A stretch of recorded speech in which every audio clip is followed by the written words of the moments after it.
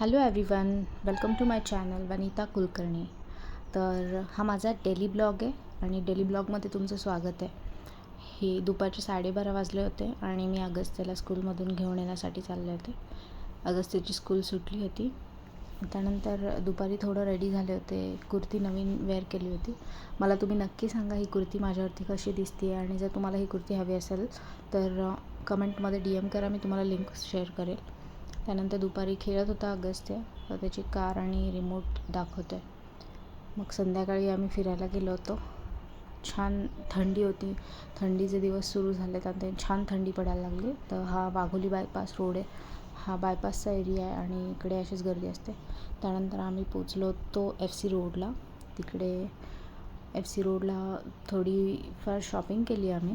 पण बघू शकता तुम्ही FC रोडला किती गर्दी आहे, कारण हा सॅटर्डे होता आणि फार भयंकर गर्दी होती FC रोडला. लोकांना फार आवडतं. हॅपनिंग प्लेस आहे, तुम्ही पण विजिट करा. हे आहे गुडलक कॅफे. गुडलक कॅफेचा एरिया आणि इकडे फार छान वाटतं संध्याकाळच्या वेळी. गर्दी पण असते छान आणि तुम्हाला खूप मस्त वाटेल, एन्जॉय कराल तुम्ही इकडे आलात तर.